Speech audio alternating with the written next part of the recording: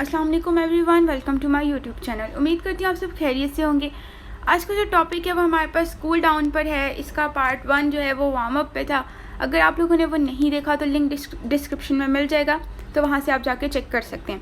अच्छा, आज के जो टॉपिक में हम बेनिफिट डिस्कस करेंगे, डेफिनेशन को डिस्कस करेंगे और इसकी कुछ एक्सरसाइज हैं उसको डिस्कस करेंगे। ये आपके सामने आउटलाइंस हैं, तो चलते हैं अपनी नेक्स्ट स्लाइड की तरफ।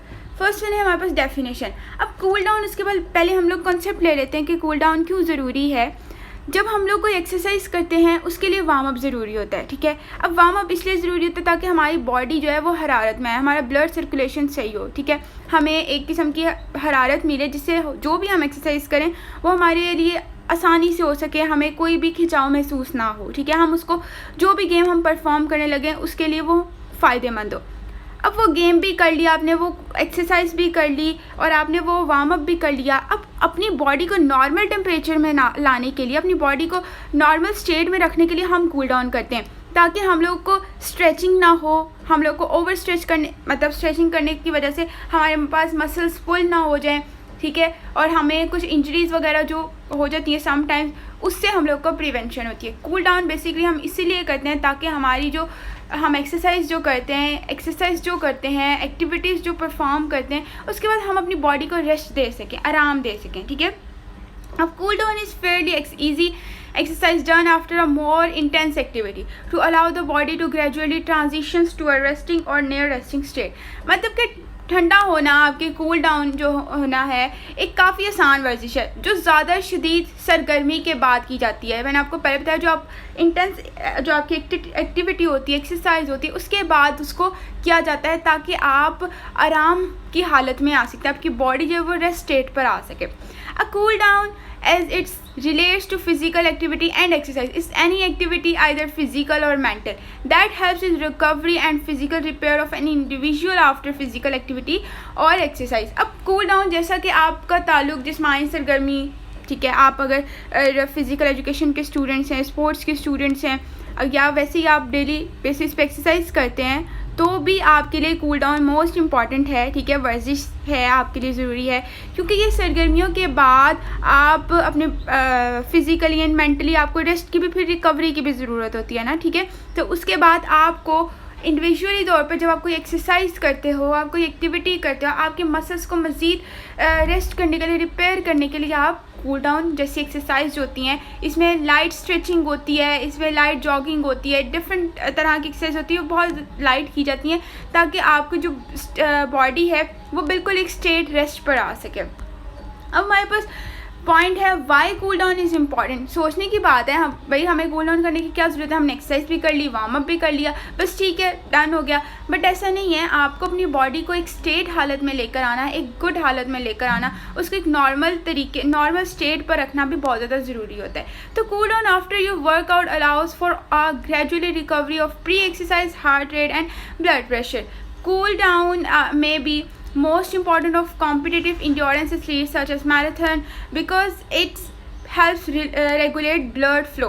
Similarly, cool down after a workout gradually reduce your heart rate, help you to avoid injury and stretches your out। अब यहाँ पे बात की जा रही है कि आपकी वर्जिश के बाद आपका ठंडा होना, आपके वर्जिश से पहले की जो आपकी ब्लड हार्ट जो रेट है आपकी, जो जिसकी वजह से हमने एक्सरसाइज की, वार्म अप किया, आपकी हरारत पैदा की ना, और आपका ब्लड प्रेशर उसकी इजाज़त देते हैं। अब उसको रिकवर करने के लिए, उसको एक स्टेट से ही स्टेट पर लाने के लिए हम कूल डाउन करते हैं। जैसे कि एक एथलीट है, ठीक है, एथलीट है, वो मैराथन करता है, तो उसको जो ब्लड फ्लो है वो भी एक किस्म का पहले उसको वार्म अप करना ज़रूरी होता है, लेकिन फिर उसको बाद में जब उसने वो सारी एक्सरसाइज वो गेम कर ली है, उसके बाद उसको कूल डाउन की भी तो ज़रूरत है ना, उसको आराम की भी ज़रूरत है ताकि उसके जो मसल्स हैं वो अपनी जगह पर सही हो सकें, ठीक है, उसका खून का बहाव सही तरीके से हो सके, नॉर्मल स्टेट पर हो।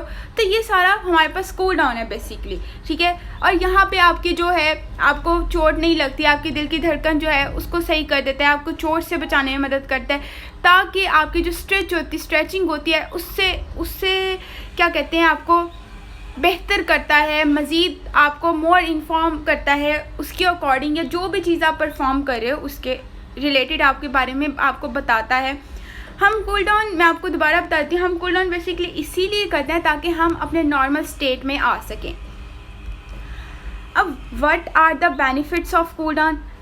Regulating your heart rate, reduce the build up of lactic acids. अब लैक्टिक एसिड्स क्या होते हैं?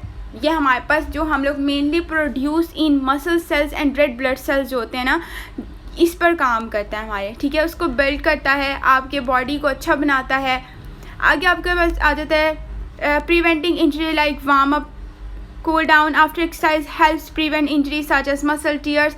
अब चोट को रोकने, जैसे आप वार्म अप करते हो, आप वर्जिश के बाद कूल डाउन जो ठंडा होने के लिए करते हो, ठंडा होने के लिए मतलब कूल डाउन ही है ना, तो आप उसमें आपकी जो मसल्स हैं उसको मतलब के प्रिवेंट करते हो इंजरीज से, ठीक है। हेल्प करते हो अपनी एक्सरसाइज से कि आपको वो मसल्स इंजरी ना हो, आपके मसल स्टिफनेस ना हो, ठीक है।